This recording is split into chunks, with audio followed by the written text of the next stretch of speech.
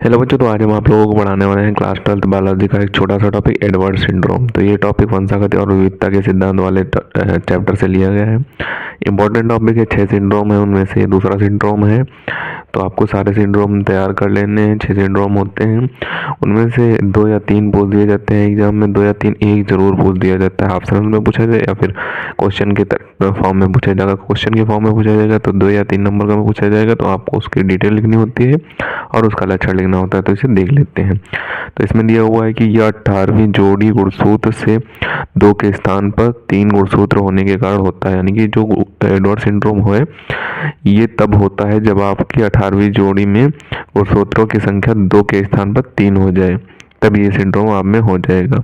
और इनमें भी 47 गुणसूत्र पाए जाते हैं, क्योंकि पिछला वाला जो हमने आपको पढ़ाया था डाउन सिंड्रोम, तो उनमें जो गुणसूत्रों की संख्या होती है वो भी 47 होती है, और इसमें भी गुणसूत्रों की संख्या 47 होती है। इसके बारे में सबसे पहले J.H. एडवर्ड ने बताया था, इसलिए इसे एडवर्ड सिंड्रोम कहा जाता है, क्योंकि J.H. एडवर्ड ने बताया था, इन्हीं के नाम पर एडवर्ड सिंड्रोम नाम रख दिया गया है।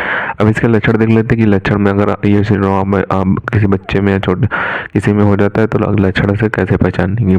मस्तिष्क अल्पविकसित हो जाएगा तथा शरीर के अंगों में विकार होता है। यानी कि जो मस्तिष्क होगा वो अल्प विकसित होगा, कम दिमाग का होगा, तथा जो शरीर के अंग होंगे उनमें से कुछ टेढ़ा मेढ़ा कुछ विकार होगा, वो विकार होता है शरीर के अंग में। यह 6 माह तक जीवित रहता है। यानी कि जो इस सिंड्रोम से ग्रसित बच्चे होते हैं वो 6 माह तक ही जीवित रहते हैं, और इसकी जांच ब्लड टेस्ट में पता चल जाता है कि बच्चा ग्रसित है एडवर्ड सिंड्रोम से या फिर नहीं ग्रसित है। ब्लड टेस्ट के द्वारा ही एडवर्ड सिंड्रोम का पता लगाया जा सकता है, और 6 माह के बच्चे में पता लगाया जा सकता है। अगर आपको पता लगाना है तो 6 माह के बच्चे में एडवर्ड सिंड्रोम का पता लगा सकते हैं।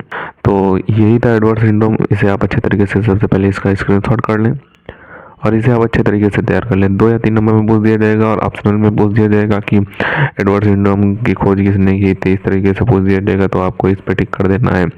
या फिर एडवर्ड सिंड्रोम में किस गुणसूत्र में 3 गुणसूत्र पाए जाते हैं, तो 18वीं जोड़ी का गुणसूत्र होता है, उसमें टिक कर देना है। तो इसी तरीके से ऑप्शनल में भी पूछा जा सकता है। इसे आप अच्छे तरीके से तैयार कर ले। मिलते हैं किसी नए वीडियो में नए टॉपिक के साथ, तब तक के लिए धन्यवाद। और अगर अभी तक आपने हमारे चैनल को सब्सक्राइब नहीं किया तो सब्सक्राइब जरूर कर लें, क्योंकि हम इसी तरीके से क्लास 12 से रिलेटेड इंपॉर्टेंट टॉपिक पर वीडियो डालते रहते हैं।